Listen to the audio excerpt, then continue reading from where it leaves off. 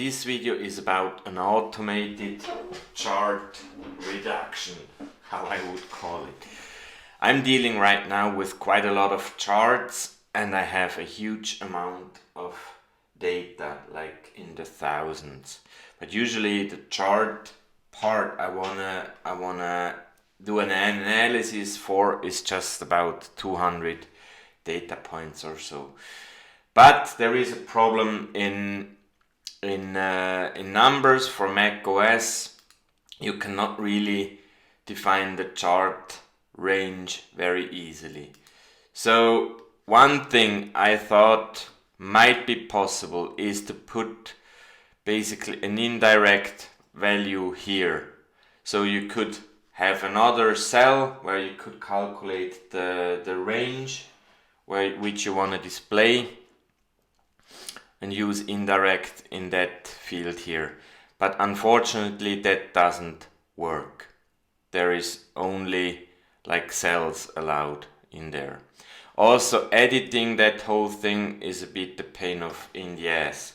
So let's say you have a smaller range and you want to edit. There is a cursor, but you cannot move the cursor. You can double click, but then you have basically to delete the whole thing. So that's also not really nice. Now, the second thing you could do is, which I found out basically by accident, is that you can filter your chart data, and you could tell it from which value to filter. However, that would basically mean that the values are consecutive and that you know which values you actually want to look at. So that also doesn't help a lot. And also you can not add formulas here in this filter area. So basically what I came up with is the following solution. So this here is my data I want to display. And in the additional row, I called it display, I put the formula. And the formula goes like that. It takes the row number, which is for A22 obviously, and it subtracts the value of my start, the window I want to display. Okay? So basically 2 minus 1 is 1. And here row number 3 minus 1 is 2. So basically what we do have in the display number is consecutive numbers to wherever the data goes. Okay. Now the slider here, that you can format however you want. You can use it as a slider or as a stepper, depending on how fast you wanna move the values. If it's a slider, you can more easily slide up and down like tens or hundreds of values. However, the chart will not so easily adjust. We will check that. Now, the idea is that you basically do not filter your values you want to display, but you filter those values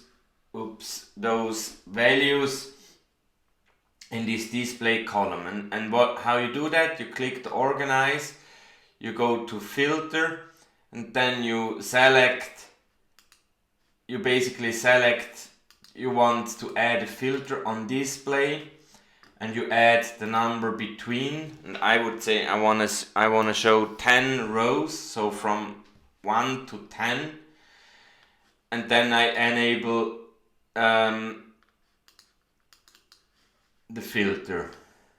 Now why doesn't it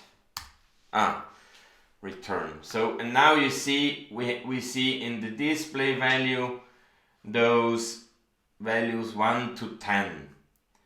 But we're on row 21 to 30. Why? Because we have the slider started at 20. So if we move the slider down to 1, we see the values 1 to 10 in the row 2 to 11 basically. Okay? And just to show you the difference, with the slider you slide up, and as soon as you leave the slider, the charts adjusted. If you, however, are using a stepper, then you would need to click as many times as you want. The chart is a bit more interactive that way, because you can really see how it changes. So I really hope that this helped you with analyzing your charts, and it's possible due to two things, or actually one thing, that the chart in numbers act on the values displayed. I don't even know if Excel is doing the same thing, but this feature is actually very cool in numbers, that it uses for the chart, even though you have selected the whole column, but it will only use the values which are currently visible, or in other terms, not filtered.